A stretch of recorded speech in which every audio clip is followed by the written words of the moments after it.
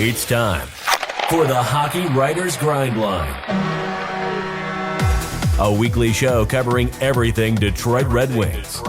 Brought to you by our own iconic top line of Wings writers. Sit back and enjoy the grind. Welcome to the Hockey Writers Grindline. I'm your host, Patrick Brown. Joining me, as always, are my line mates, Kyle Knopp and Devin Little. And we are pleased to welcome back a great friend of the show, editor for Red Wings blog, Octopus Thrower, Nate Brown. Nate, how you doing today? I'm great. And for family watching, it was not coordinated. I am wearing my Barry Sanders jersey. And if you look in Pat's background, without planning this, he has a Matt Stafford jersey there as well. Well done, Brown boys. Lions ghosts of Christmas past right there. Barry Sanders and Matt Stafford. How sad. But we are not here to talk about football. Let's talk hockey, and we've got a jam-packed show. We're going to finish up pretty strong. A lot of comments, a lot of great reader feedback to talk about the back half of the show. So let's start out talking a little arbitration. Because we brought it up last week. The Red Wings had two guys file for arbitration, Vrana and Ernie. Ernie still has, as of taping, a hearing set for the 21st. I still believe it's not going to go there. But for what it's worth, Ernie still got that scheduled. But Vrana, on the other hand, agreed to a deal before arbitration. He was scheduled for the 11th. He agreed to a deal a little bit before then to a 3-year, $5.25 million AAV contract. What do we think about that deal? Nate, we'll start with you. Seems fair. You knew, obviously, when both sides came in with their numbers, he was going to go high. Yzerman was going to go lower. But they did settle. To take a great line, settle from Liar Liar, of course. I'm disappointed. I wanted 4.75 just because that's what I guessed. I didn't think. I know I said 4.5 because I thought it would come under what he paid Bertuzzi. Bertuzzi obviously didn't get as much because of injury, and it was kind of okay. Let's see if you're healthy and hit that. But yeah, I mean, Vrana makes sense. He had 8 goals in 11 games. He had 4 goals in 1 game. So to me, if that works out, and an article I'm going to write later this week is about what they could do on the power play now that they actually have some offensive talent. Mm-hmm. And Vrana's a guy that's where you're really going to hope that you cash in, but it could turn out to be a fantastic win for Yzerman too, because it's a pretty good, it's considerably a discount, especially if you use an RFA, but if you went to the open market, probably would have made a lot more. Well, I found it interesting too. I was just thinking randomly, it actually is the exact term. It matches what Mantha's was, because Mantha would have had 3 years on his deal coming into this year. So just some interesting tidbit there. But Devin, you're shaking your head. You're nodding your head, I should say. What say you? Is this a good deal, bad deal, fair? You took the words right out of my mouth. That was one of the first things I was going to say. You basically keep the structure or the cap structure you got from Mantha's deal. You got 3 years left, but you get it at a lesser cap hit than what Mantha had. Mantha had 5.7. Vrana's at 5.25. That's a win. Mm-hmm. The other thing, going back to last week's episode, I remember talking about how it was kind of a tricky situation where you didn't want to necessarily go long-term because you hadn't really seen the guy yet, right. But you also don't want to go short-term because you might have to pay the guy again. I feel like 3 years very much kind of falls in that perfect middle where you're giving the guy some term, but not enough to where it could come back and backfire. I like this deal a lot. I think that it secures a top 6 piece at a very reasonable price. There's some risk with a 5.25 million cap hit, but it's not, Detroit fans have seen way worse risks than this one. All in all, Stephen Weiss. Nielsen. Yeah. Boy, we got the coughs in this episode. Yeah. Anyways, great deal. I can't really complain. Good stuff, Devin. Good stuff. Kyle, bring us home. Vrana's deal, fair, unfair. What say you? Well, the problem with going last is I'm just basically going to reiterate what everyone said. So I think this is a great deal for the Red Wings as an organization. And I think it's a very fair deal for Vrana in terms of where he was. And like you said already, this matches exactly what we were giving Anthony Mantha. It allows Vrana to really prove himself over these next couple of years that he is going to be that first line stud that we're hoping for. And I think what it really came down to, and we talked about this last week's episode, is the term. The term was the big thing. I'm sure Vrana wanted probably 4 or 5, 6 year term, really be able to lay roots down. And Yzerman has been very against giving out those types of deals, which is fine because we are in the middle of a rebuild. So I think 3 years is perfect. It's going to put us right. It'll have Vrana with us right in the hunt of things when we start getting playoff competitive again. And then if he really lives up to his worth, then we can definitely reassess this in a few years and give him what he, deserves to stay with the team. And if it doesn't work out, well, then it's really not that much off the top of the bottom line. So absolutely. And I think it's a testament to Vrana too, to come and play 11 games with a team and get that type of deal. Not to say, unrestricted free agents all the time sign deals with teams they've never played for, but Vrana's not proven, and he was being questioned a little bit in Washington. So I think it works well on both sides. You at home, there is a differing perspective out there. You should check out Tony Wolak's article from earlier in the week, where he calls it a curious deal, and he's got some good points there, hands down. So go to the website, check that out. Our fearless leader and the most tenured Red Wings writer we have, Tony Wolak, the one and only. So, all right, let us move on, and let's talk about some players that we lost. We did talk about free agency last week, but we didn't get too much into those that left. Alex Biega, Luke Glendening, so the Red Wings will never win another faceoff. Darren Helm, so the Red Wings will never miss on another breakaway.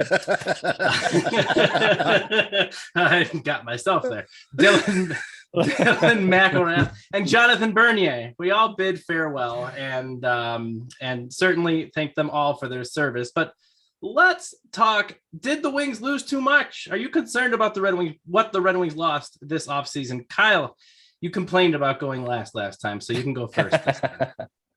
Squeaky wheel. No, actually, I believe the Red Wings did not lose that much in terms of depth in the offseason. Yeah, it was kind of sad to see Bernier go. I thought he played well last year, and we ended up sticking with Greiss over Bernier, which is fine. And then we got Ned to come in and replace him. So that's stepping up. With Glendening leaving and Helm leaving, we filled those with Pius Suter and Mitchell Stevens, which again are younger players that can step in and play just as good of a role, if not better. They have a lot to prove still, but I think they are eventually going to be better players than those two that we lost. So, I mean, all in all, I think you have to be very optimistic as a Wings fan with these moves. And you talk about Bernier leaving. Another hard thing to see him go is actually earlier in the offseason, he had mentioned wanting to stay with the Wings and see it through. So a little sentimental there, but certainly not. It's certainly hard to cry when you got a guy like Ned coming in. But good for Bernier getting paid, man. I mean, there's no way he would have got that contract with Detroit. Absolutely. So it really worked out well. Devin, your thoughts on offseason departures and what that means for the Red Wings? I think there's one thing that really stands out to me when it comes to what has left this team. Between Nedeljkovic, Stevens. Well done. Suter. Yeah, I try. It's going to be second nature by October. Stevens, Suter, and Leddy. That is 905 games played in the NHL, and Leddy is the bulk of that. Between Glendening, Bernier, and Darren Helm, that is 1,692 games played in the NHL. That is a lot of experience that is not on the team anymore. What that says to me is that the youth movement and the trust in the young players is full force now. you can make a good argument that maybe they lost a little too much veteran presence in the lineup, just based off of those numbers. I don't see it that way. I see a team that's now betting on upside, and that makes me excited as somebody who follows this team, and that should make fans excited as, you know, after having to watch this team literally fall to the basement over the last couple of years.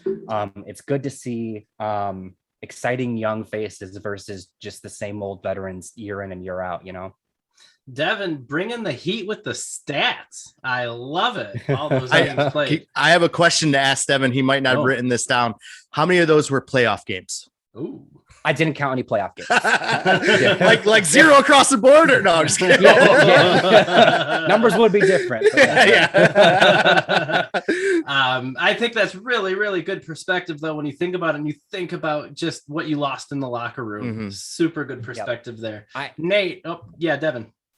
Real quick, and just kind of to that point, I'm really curious, and we'll probably talk about this on a future show, but I'm really curious what happens with Glendenning's because he was a leader in the locker room. He played a lot of games, but he literally had that letter. And I don't know that there's anybody who really jumps out at me as needing that A. So yeah, I'm just really curious what happens with that. Off top of my head, I could see that going to Nick Leddy or maybe even Mark Stahl.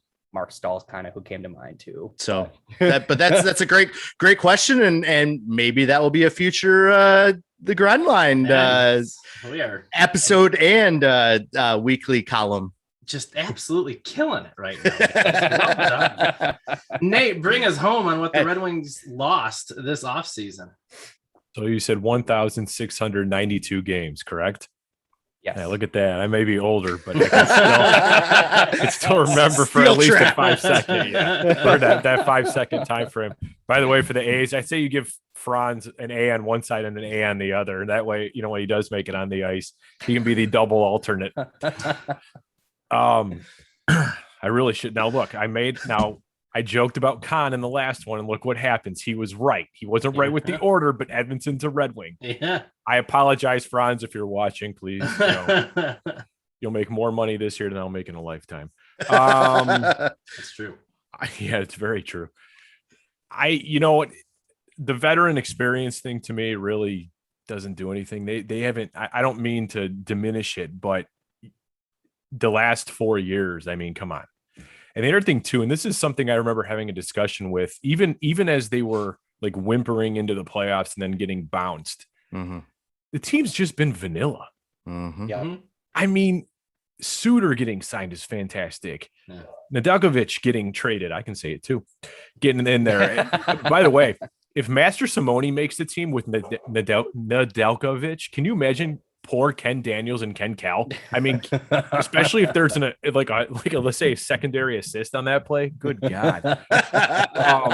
Mickey's not even gonna try. Mickey's he'll get a ginger ale and call it a night. Mick is gonna be using our pronunciation of Ned all year. Yeah, you better believe it. Exactly. Yeah, bring in Chichaev or whatever his name is too, and we'll Chichaev.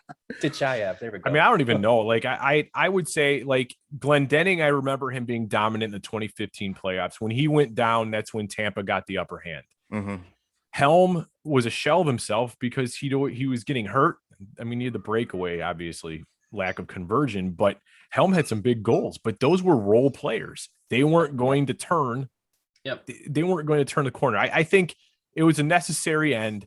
The contract's expired. I'm happy for both of them that they're able to go where they are. But now except Colorado. But now it's time. Sorry, I had to say it. It's now time to, kind of pass the torch and go forward. And you're going to sew a new letter on, a new sweater. And you have this opportunity now. This is Yzerman now putting a stamp on his team. And it's going to continue to transition. I mean, next year, I'm giddy at how much more money is coming off the books. I mean, then you really kind of feel that's where you're going to see him make that blockbuster. Oh yeah. Where everybody's really going to have to, and it's going to break on your show too. So I hope I'm there for it. Us too. Yes. Hey, that's really good stuff. And again, for what it's worth, I would throw out there, you got to start building experience somewhere. right? Yeah. These kids got to start building the experience up. And you've still got guys like Mark Stahl and Nick Leddy on the team to bring that veteran presence, as they would say. So Mitchell Stevens just won back-to-back cups. I mean, he might not have played much, but he was there. So yeah, he's got he's been on that championship experience. team. Yeah, absolutely. So you cannot discount that. So all really, really, really good stuff. We're going to take an early break and pay some bills because, like I said before, we've got a lot of viewer comments to get to. So let's take a quick time out. Thank you for watching our show. Give us a like, subscribe to the Hockey Writers channel. There is so much good stuff on here. We've got Blackhawks banter, Sabres scoop, What's Crackin', Chicks and Sticks, and of course the OG show, the Hockey Writers Live with Mark Shag. Follow us on Twitter. Sign up for our morning newsletter. Any way you want your news, we will log on to Netscape Navigator and send you information if that's how you need to get it. So thank you for watching. We always appreciate it. And we will see you soon. Moving on. You guys didn't see that one coming. SNL, man. That was great. We'll see you soon. So, bringing it back. Okay. Comment corner. Talk about really appreciating the comments in all seriousness. Yes, thank you. You guys have been just absolutely going above and beyond, engaging in great conversation, and we have a lot of fun doing that with you. So we've got some questions to get to. We're going to start with Chris C, who asked about player development and the over-ripening of prospects. And as a Red Wings fan, regardless, rebuild or not, you should be familiar with that because the Wings have been notorious for overdeveloping for years. Given our discussion on Seider last week and Rachel's hot take, is there any concern with prospects wasting away? And Devin, something tells me you've got a thing or two to say about this, so we're going to start with you. This is the obligatory moment for me to talk about Evgeny Svechnikov. At least you caught what I was throwing there. Yes, for sure. Shout out to Winnipeg, by the way. I hope he actually gets a deal with them. Anyways, listen. Over-ripening was a Ken Holland term, right? That was very much a term from the Ken Holland years. You don't really hear Steve Yzerman say that anymore. But that being said, who did Yzerman learn from? Who did Yzerman take his apprenticeship with? Sure. Ken Holland.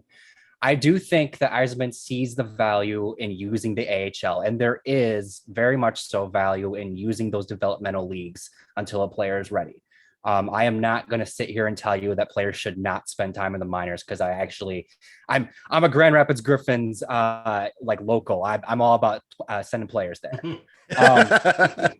Just for you. Exactly. That being said, I think that there is a very fine line between between calling up a player too soon and keeping them down there too long. I look at players like Rasmus Ristolainen, formerly of the Buffalo Sabres, as somebody who was called up too soon. He was a top line defender from them pretty much from the get-go, and he was not ready for it. And his game has kind of dealt with it since. But then I also look at a player like Evgeny Svechnikov as a player that probably spent a little too much time in the minors, and now his confidence is shot. Yep. What does this come down to? To quote the head coach, Jeff Blashill, confidence breeds progress. I believe that you need to put players in a situation to feel confident and have success for them to grow as players. Why you would put Seider in the AHL to start next season is to give him that little kind of a running start before he joins the Red Wings. I'm not saying I agree with it, but that is kind of the logic behind it. And I think Rachel explained that very well. Yep. But in my opinion, what it comes down to is it's not the same for every player. If a player is showing that they are feeling good about themselves in the minors, it's time to give them a look. Even if it's just for 5 games, whatever, give them that sort of that boost of confidence that says, hey, we've seen what you've been doing and we're watching you. And if they're struggling, maybe even that's a reason to give them a look, just to kind of give them a pat in the back and give them a chance, you know? Sure. I think a player like Svechnikov could have really used that. Sure. So to kind of wrap up my soapbox here, sorry. it all comes down to what fits the player. I'm not going to tell you the over-ripening is right or wrong, because I think in some cases it can be the right move. Especially with, like, say, a goalie like Jimmy Howard back in the day. I think he really benefited from that. But I also think that you need to give your players a shot when they're ready. And overripe, if you're eating a piece of fruit that's overripe, chances are it's not going to taste as good as it would if it was ripe. You're making banana bread. Absolutely. So, Devin, really quick, and I should have asked this in the question, I'm going to ask Nate and Kyle as well. Are there any players in the system right now that you're worried about over-ripening? And off the top of your head, is there anybody that comes to mind? Maybe Chase Pearson, because he's a 2015 draftee. You'd like to see him get at least a look with the Red Wings this season. Sure. I think that if a player like Joe Veleno spends the whole season in Grand Rapids, I think we're starting to look at that situation with him as well. Sure. Makes sense. Good stuff. Really good perspective. And hey, I'll keep my finger crossed that all these guys that pass through Grand Rapids too, because we're going to get stellar coverage from you. Looking forward to that. Nate, going to pass it over to you. Your thoughts on over-ripening, and are there any players you're concerned about in the system right now? Really tough to follow Devin. That's step number one. So it's unfortunate for you, on my point of view, that you are right next to him. So benefit of joining the call last, apparently. So the way I'm going to follow it is I really hope that Chris C happens to be Chris Chelios asking questions, which would. Yeah, I know you're with the Thanks, enemy, Chris. but hey, Holy cow. I'm really hoping you're who we think you are. And that next week, Pavel D. and Hank Z. All right. Well, we don't want to run too overtime. That was good. Yeah, That was good. That's about all I had, because Devin's just like You'll see yourself out. So, Thank you. George Costanza. That's it. Restrained jubilation. What can I say? As in terms of any players right now that are overripe, Pearson was who I would have said. I think it's with Yzerman's guys. I don't think it's ever going to come to that. I absolutely agree. It was a philosophy of Holland's. The way I look at Yzerman is I don't think it was a coincidence that when both Jim Nill and Steve Yzerman left, that Ken Holland suddenly was less aggressive with moves. I think Nill and Yzerman balanced him out. I don't think Ken Holland woke up and was suddenly a bad GM. I just think that he never really adjusted to the cap era the right way, but he also is excessively loyal, and you can look at what he's doing in Edmonton right now. I think that Holland, it worked to over-ripen guys, Tatar, Nyquist, even Jonathan Ericsson, who, remember, he was Mr. Irrelevant. We saying that worked? I'm sorry. Go. I'm kidding. It did. Wow. But I bet he won't. Shots fired. But I bet he won't. Yeah, I got it. Ericsson didn't work out the back half of the career, but when he was a complimentary player, it did, because remember in 2009, when it seemed like everybody was in a mash unit, Ericsson kind of, plugged some gaps while the other guys got healthy. Let's not. I don't remember 2009. Do you guys remember 2009? It's just this void in my memory. Something happened, but I don't remember what it was. I think it was the first round of COVID. Just forgot all about it. I remember up to the beginning of June, and then it just gets something about a game. So, Nate, bringing it home here, anybody you're worried about in the system, maybe over-ripening, or that needs to get time in the NHL now? Pearson would be it. I would say with Veleno too. I don't think Veleno is going to be in the AHL very long unless his game really falls off. I think it's going to be interesting between him and Stevens to see who's going to get that fourth line center. But Seider, I do think will be up with them on opening night. I don't, again, unless he has a horrible preseason. Yeah. And maybe he's injured and they have to just kind of do a rehab for him. Yzerman's philosophy is just different. The over-ripening thing isn't as big of a concern of mine. We will see if. Real quick, I just want to say, because this is a good time for me to say it. Have you guys ever had that moment where like you get in an argument, then like in the shower the next day you're like, I should have said this. I definitely had that following last week's episode with my debate with Rachel. I was like, God, I had like 5 other points I could have.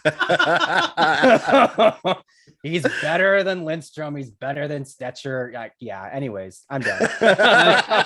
To make another Seinfeld reference, that's remnants of the jerk store call. They ordered more of you. Anyway, Kyle, bring us home on this crazy disjointed topic. Love you, Chris C. Yes. Over-ripening, Kyle. Do the Wings do too much of it? Is there any concern? Are there any prospects you're worried about that need time in the NHL this season? I think Nate and Devin really put this home for us. Really, I think the two that we're really concerned about are maybe Veleno, depending on where he starts the season, and then Pearson being the 2015 draft class. Definitely at least needs to get some games up at the NHL level this year. Need to see what he can do. But in terms of over-ripening, I think Yzerman's done a great job of being able to call up prospects and get them some time. And if he sees someone that's not really fitting in, he's not afraid to move them. Yep. And that's something that I think he is doing a lot better than Holland, where Holland had that kind of loyalty issue where he wasn't, this is still a business. And sometimes you have to put that aside and say, hey, we have a chance to get something back for you, and you have a chance to further your career in a different scenery. So we have to make this move. And I feel like Yzerman does that a lot better than Holland ever did. In terms of a couple other players, maybe I'd love to see Smith get more time in a normal role. I feel like last year, it was kind of with the crazy season in the taxi squad, there's a lot more moving parts, but I felt like he didn't quite get the opportunity to build that confidence or that consistency within playing at the NHL level.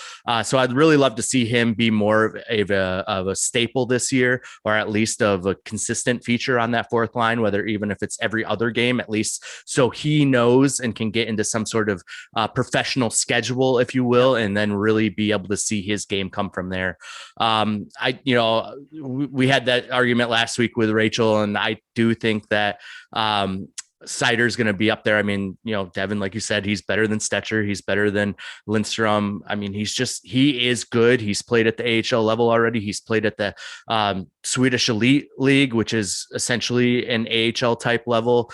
So I don't see him just getting sent down. And then and I'm going to pronounce his name wrong, Sabrango. Yeah, no, Sabrango. With him announcing that he is starting the season in Grand Rapids, I don't think that is there to have him start on the opening night roster with Seider down in the AHL, as Rachel had mentioned before. So those are just my quick little takes on that. But yeah, I mean, Nate and Devin, I can't follow you guys in this segment, so thank you for making it fun at least.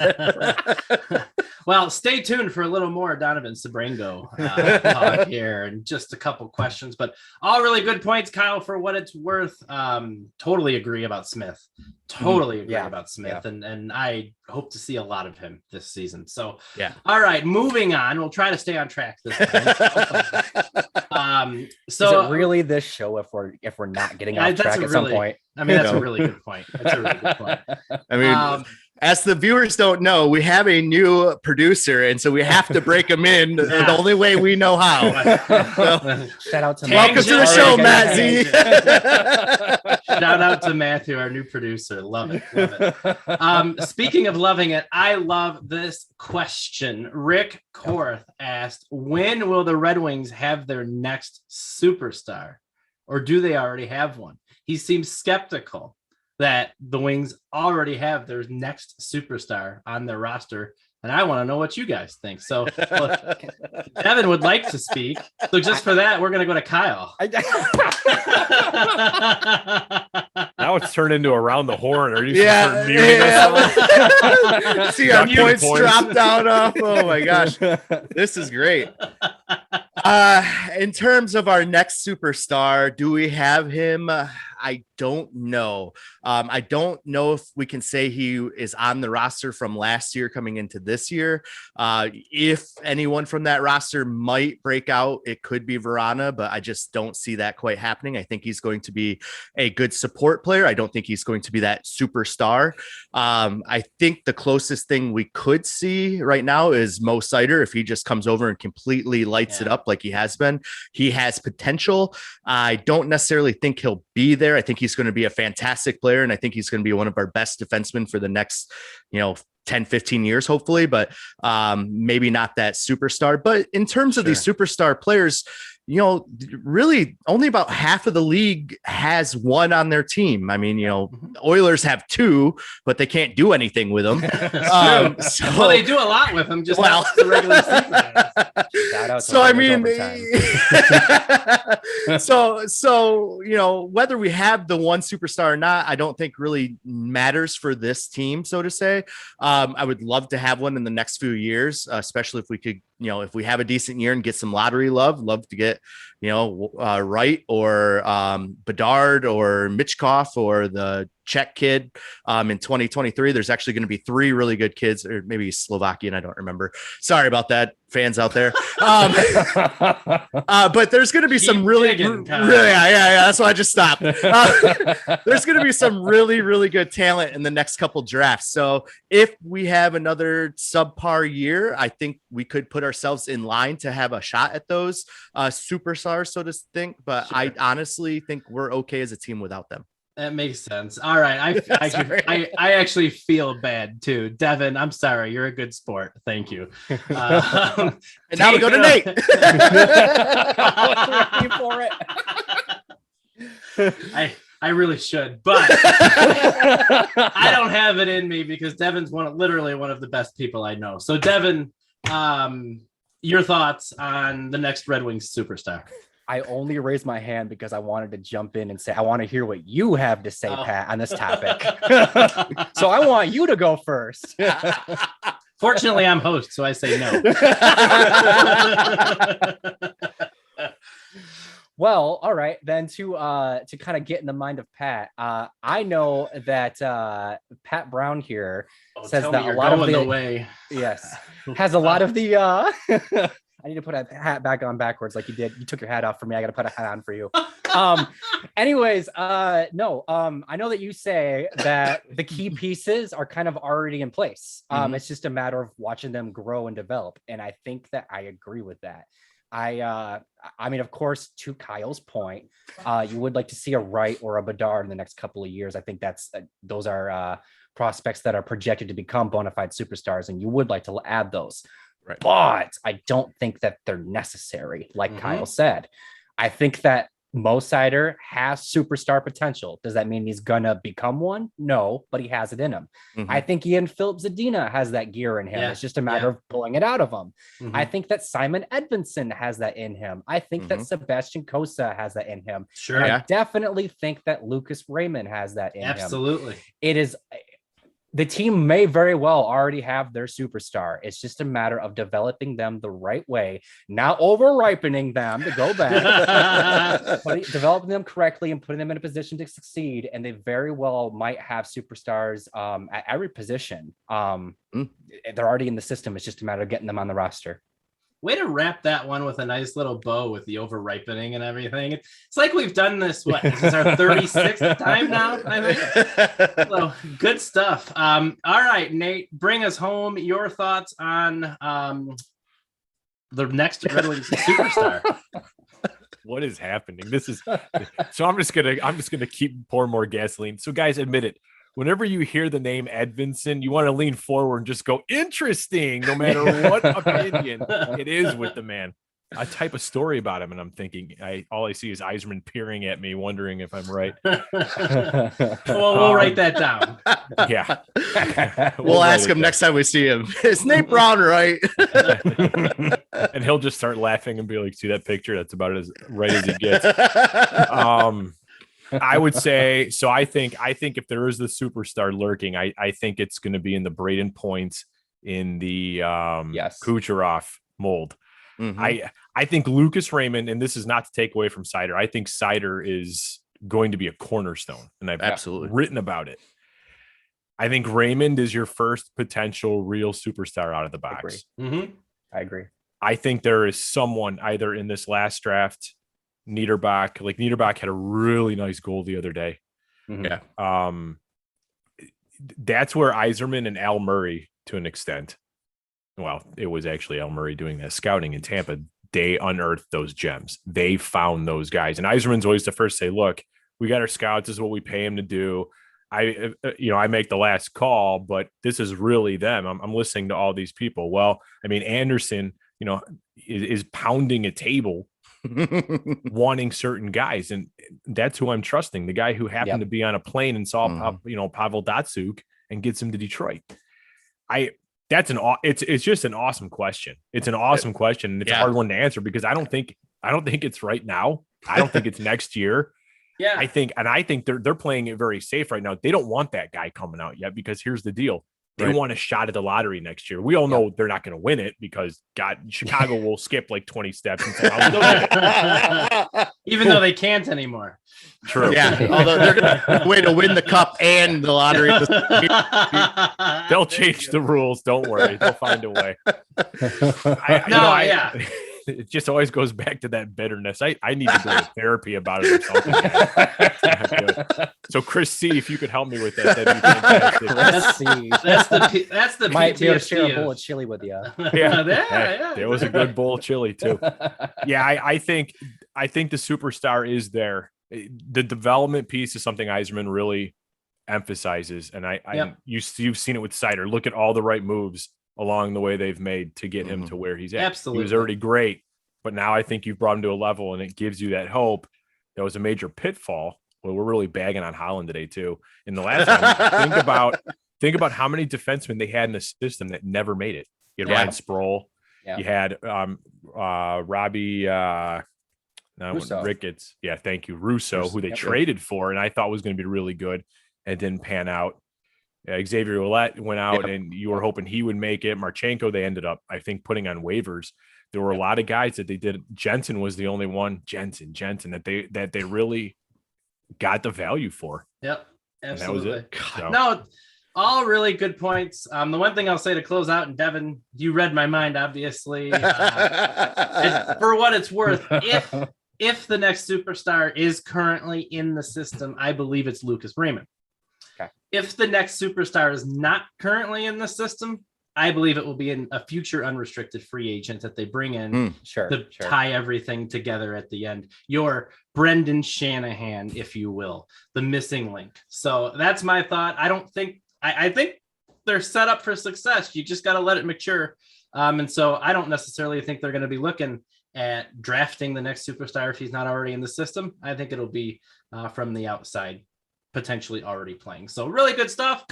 Great question, Rick. Really enjoyed answering that. Yes. And, keep them coming. So we're going to go on to the next one. Billy Howell commented, and he raised a great point that Sabrango is, as we just talked about, is going to start the season in Grand Rapids. Does this change anything, even regarding what we talked about last week now with Seider starting in, Seider potentially starting in Grand Rapids versus Detroit or anything like that? What does Sabrango's arrival in Grand Rapids mean? And I don't remember where we started. So Nate, we're just going to start with you this time. I was going to raise my hand and then I was going to say, I want Devin to go first. We've got new rules this week. Yeah. It's a free for all. Yeah, it really is. I kind of looked some of this up earlier and I was trying to think. I know you guys had the debate last week, which it was entertaining, by the way. I don't think it changes anything. I think, again, it goes back to what Devin said initially. Look, they're going to do whatever they feel is right in terms of that development.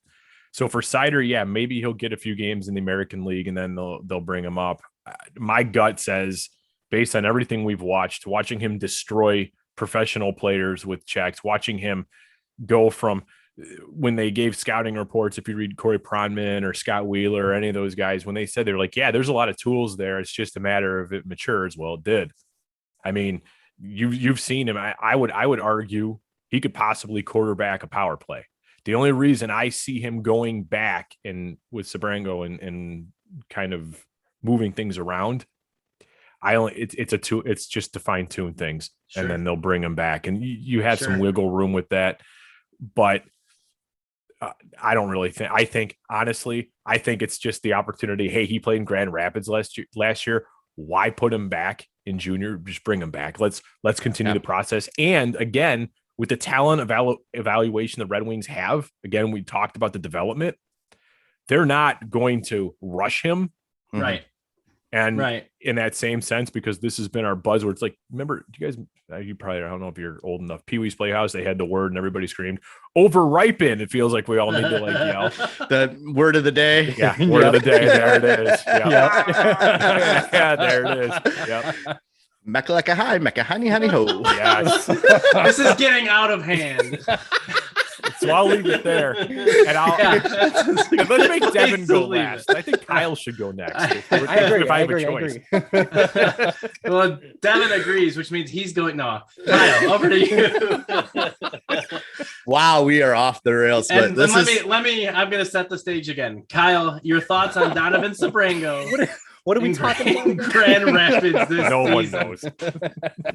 I mean, with him, going to Grand Rapids, with him being locked in there, I think that kind of is the final nail in the coffin against Rachel's argument as to Seider not being up with the Red Wings in the NHL on opening night. The only reason, and I'm just going to throw this out there, we did talk about the A little bit ago. The only reason I could see Seider going down to the AHL to start the year is the kid has so much maturity. I mean, he is already a natural leader, and he could go into that AHL room and really set the tone and just say, this is how you have to be a professional, stay around for a week or two, really lay that groundwork, and then come up for the rest of the year.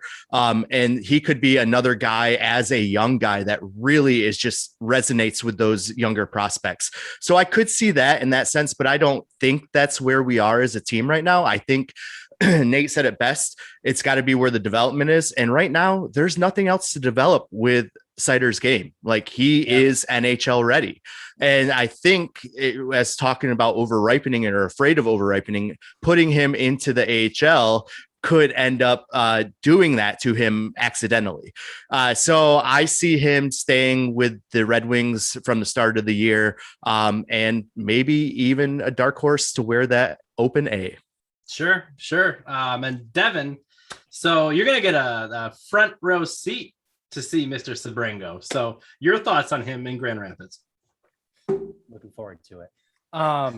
So at least in terms of Seider, I'll start with this. A couple days ago, Jeff Blashill sat down with Daniela Bruce and Art Regner for the Wood on Woodward. And one of the things he said that really kind of caught my attention was that he said he believes that the Red Wings have 8 NHL caliber defensemen, and that includes Moritz Seider.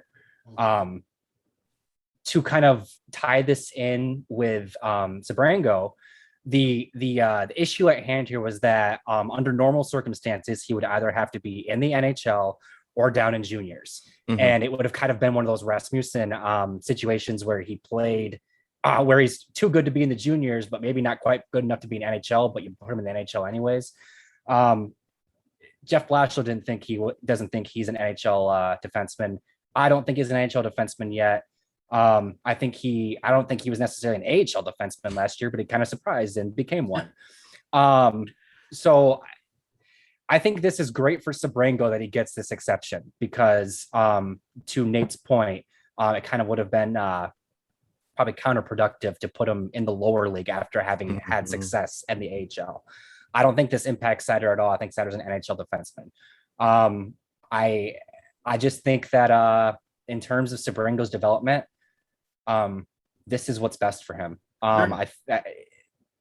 To play against, you can make a good argument that the AHL is the second best hockey league in the world. It's probably the third or fourth best if we're being honest, but it's up there. And to have a young kid, he's 19 or 20, playing and not just like surviving, he's actually having success at that level. That's promising. And you want to keep building on that progress. You don't want to kind of wipe the slate clean and send him back to junior. So I'm excited for him. Awesome. All really good stuff. And believe it or not, we're down to our last question. So let's see if we can keep it straight right down the middle here. Good luck. So good luck. That's already off. We've already gone off the rails. This has a morning show feel to it, doesn't it? Right now, I feel like you should be driving to work listening to us. Somebody probably is. Yeah. And thank you if you are. So last comment we want to bring up, Along the Ice actually left some really nice, great, positive commentary around basically looking at the bright side this season and what we're going to be looking at. So shameless plug, on Monday, we'll be releasing our Grindline column, our editorial, in which we will be talking about what defines success for this upcoming season. So on that note, and everybody make sure you check that out on Monday, I want to know from you guys, what are you most looking forward to this year? We still got a little time, 6-8 weeks, something like that. We're still a little ways away, but it's never too early to get excited about hockey. So what are you most looking forward to? And I guess, Kyle, we'll start with you. I am most looking forward to offensive production and being the first one to get to say this. So, because I have a feeling that's what we're all looking forward to. But I would like to see the offense open up, with Pius Suter coming in, with a couple other, maybe some young guys getting some new looks, Mitchell Stevens coming in. Healthy Bertuzzi, Vrana on a new deal. I mean, there's just so much optimism right now with this offensive unit. And I would love to see them just really not play as conservatively, but open up and let some of this talent shine through. So that's what I am most excited for. I love it, Kyle. I love it. Devin, over to you. What are you most looking forward to 8 weeks from now? So we started talking about, or at least I mentioned at the top, the kind of bet on youth and inexperience. I'm excited to see how that bet pays off, specifically in regards to Suter and Ned. Suter had a really good season with Chicago, was just a point under half a point a game. If he can maintain that and even build on that and do better, that alone will help out Detroit's offense. And he could potentially cement himself as a top 6 forward going forward. And then in goal, and we talked about how great Bernier was over the past 3 years, sad to see him go. But I think that having a kid like Nedeljkovic in town, I think this might be the most exciting time to be to really watch the goaltenders in the league since Peter Mrazek showed up. Sure. Red Wings haven't had a young kid that has that swagger since Peter. I'm excited to see if this Calder Trophy finalist season was kind of a one-off thing, or if he can build on it and really kind of cement himself as the goaltender of the present. Love it.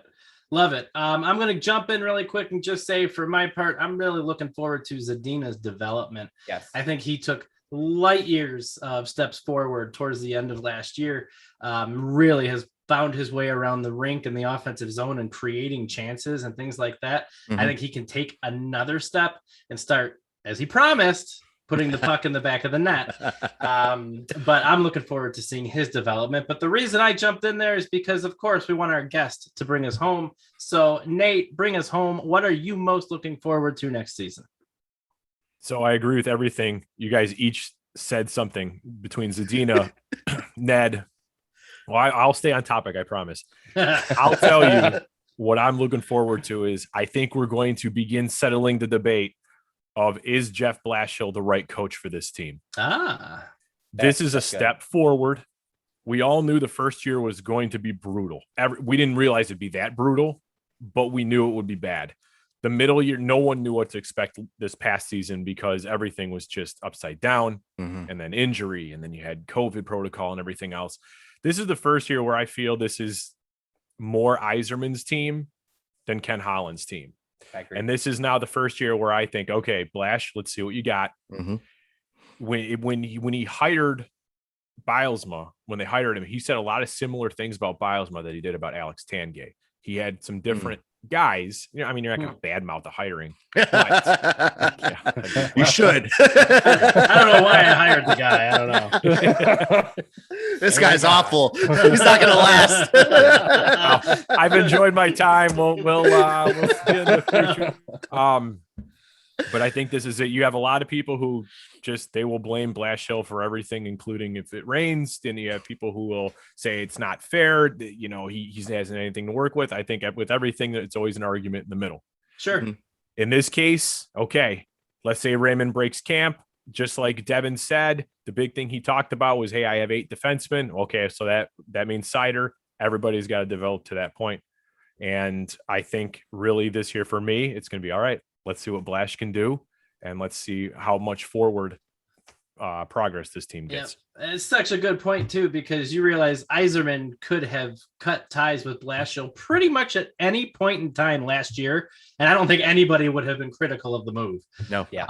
So obviously Yzerman's kept him around for a reason. He believes in his development or whatever it might be, in his player development skills. I mean, so that's a really good point. And I mean, 4 panelists, 4 different points. Knock that last one out of the park, gentlemen. Nice work. Nice work. So we would certainly be remiss really quick if we didn't give the obligatory Paradox Destroyer hello. So hi, Paradox. And that's our show. So we want to thank you again for joining us. Give us a like, subscribe, comment. Let's hear from you so we can talk right to you next week. Tweet at us at THW Grindline. We will answer your question online. And thanks again. We appreciate you tuning in, and we'll see you next time.